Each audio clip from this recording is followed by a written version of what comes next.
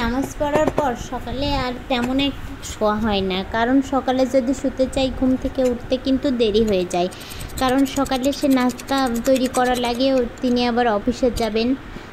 তো ওর জন্যই সকাল সকাল উঠে নাস্তা তৈরি করতে বসেছি। আমি প্রথমে ওর জন্য রুটি তৈরি করে নিয়েছি, কারণ সে তো রুটিটা সকালে নাস্তা হিসেবে খেতে বেশি পছন্দ করে। আর এখানে আমি আমার ছেলের জন্য ফ্যাট নুডলস আছে, ওই নুডলসটা একটু রান্না করব। তার জন্য এই যে ডিম একটা ফেটিয়ে নিয়েছি, দেশি মুরগির ডিম, আর এই যে সয়া সস দিয়েছি, আর এর সঙ্গে লবণও মিক্সড করে নিচ্ছি। আর এই যে ফ্যাট নুডলসটা এটা রান্না করব, এটা আমি কখনো রান্না করিনি, তবে এর সঙ্গে কিছু ভেজিটেবলস হলে কিন্তু ভালো হয়, ক্যাপসিকাম কিংবা অন্যান্য কিছু, কিন্তু আমার কাছে ক্যাপসিকাম কিংবা অন্য তেমন কোনো ভেজিটেবল ছিল না, যেটা ছিল সেটা কিন্তু এর সঙ্গে দেওয়া যায় না। তার জন্যই আর কি আমি খুব সাদামাটাভাবেই এই নুডলসটা ছেলের জন্য কোনো রকম রান্না করে দিলাম।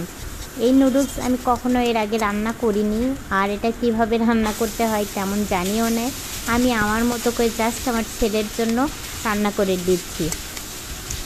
তবে এর সঙ্গে বিভিন্ন যে ভেজিটেবলসগুলো আছে, তারপরে হচ্ছে বিভিন্ন যে সব কিছু মিক্স করে দিলে কিন্তু আমার বেশি ভালো হয়।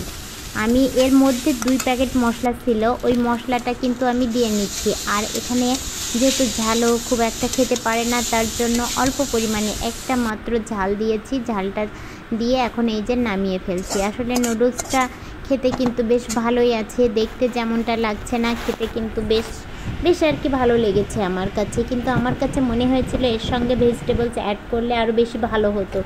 যাই হোক, তারপরে এই যে রান্না করব, রান্নার জন্য এই যে আমি চিংড়ি মাছ আর যে লাউ রান্না করছি। যেহেতু প্রচণ্ড গরম, এই গরমে কিন্তু লাউ শরীরের জন্য অনেক উপকারী, আর শরীরকে একদম ঠান্ডা রাখে। বেশি বেশি করে এই গরমে হচ্ছে লাউ খাওয়ার চেষ্টা করবেন। লাউ হচ্ছে শরীরকে একদম ভেতর থেকে কিন্তু ঠান্ডা করে। লাউ তরকারি খুবই ভালো। আর আমি সবসময় লাউ চিংড়ি দিয়ে করি, কারণ আমার ছেলে চিংড়ি মাছ খেতে অনেক পছন্দ করে। ও যদি লাউটা শুধু করি তাহলে ও লাউ খেতে চায় না খুব একটা। আর চিংড়ি মাছ দিয়ে করলে কি ও হচ্ছে চিংড়িগুলো খাই, আর সঙ্গে কিন্তু সবজিটাও খেয়ে ফেলে। তার জন্য আমি মাত্র 4 থেকে 5 মিনিটের মধ্যে কিন্তু এই লাউটা রান্না করব। দেখুন কেমন দেখে আমি এই লাউটা রান্না করে নিচ্ছি। আর হচ্ছে লাউ কিন্তু আমি সবসময় কড়াইয়ের মধ্যে রান্না করি, কিন্তু আজকে আমি প্রেশার কুকারে দিয়েছি, যেন আজকে আমার হাতের সময়টা একটু কম আছে, একটু বাইরে যাব। তো 4 থেকে 5 মিনিটের ভিতরে ঝটপট জলদি কীভাবে রান্না করা যায়, কিন্তু টেস্টও কিন্তু অনেক হয়। আমি এর সঙ্গে জিরা বাটা, তারপরে আদা বাটা, পেঁয়াজ বাটা, সব বাটা মশলাগুলো দিয়েছি। দেওয়ার পর হালকা একটু পানি দিয়ে খুব ভালো করে কষিয়ে নিচ্ছি। ভালো করে একটু কষানোর পরে কিন্তু আমি যে লাউটা আছে ওই লাউটা আমি দিয়ে নিব।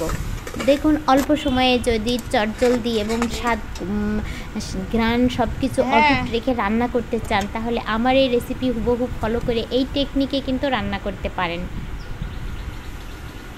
লাউটা যে কেটে আমি পানি ঝরিয়ে নিয়েছিলাম, এইটা দিয়েই কিন্তু আমার লাউ রান্না হয়ে যাবে।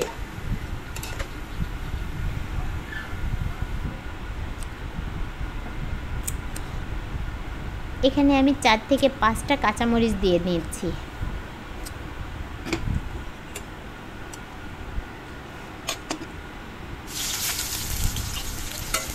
ঢাকনা দিয়ে ঢেকে নিলাম।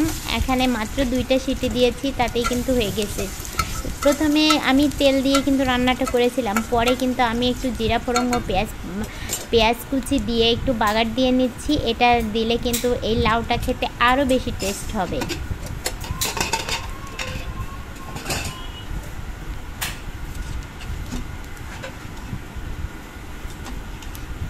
এখনও পর্যন্ত আমার চ্যানেলটি যারা সাবস্ক্রাইব করেননি, আশা করি একটা সাবস্ক্রাইব করবেন, আর সাবস্ক্রাইব করে বেল বাটনে ক্লিক করে অল করে রাখলে পরবর্তী যে ভিডিও ছাড়বো সব ভিডিওগুলো পৌঁছে যাবে। আর অবশ্যই কমেন্ট করতে কিন্তু ভুলবেন না, কে কেমন রান্না খেতে পছন্দ করে। আমি আমার দৈনিক লাইফস্টাইলগুলো শেয়ার করি। এই যে আমার লাউ চিংড়ি রান্না হয়ে গেছে, অনলি 4 থেকে 5 মিনিটের মধ্যে কিন্তু আমার রান্নাটা কমপ্লিট হয়ে গেছে। হ্যাঁ, অনেকে বলবে 4-5 মিনিটে রান্না হয় না, 10-15 মিনিট লাগে, কিন্তু আমার প্রেশার কুকারটা খুব দ্রুত রান্না হয় এবং সিটিও খুব দ্রুত ওঠে।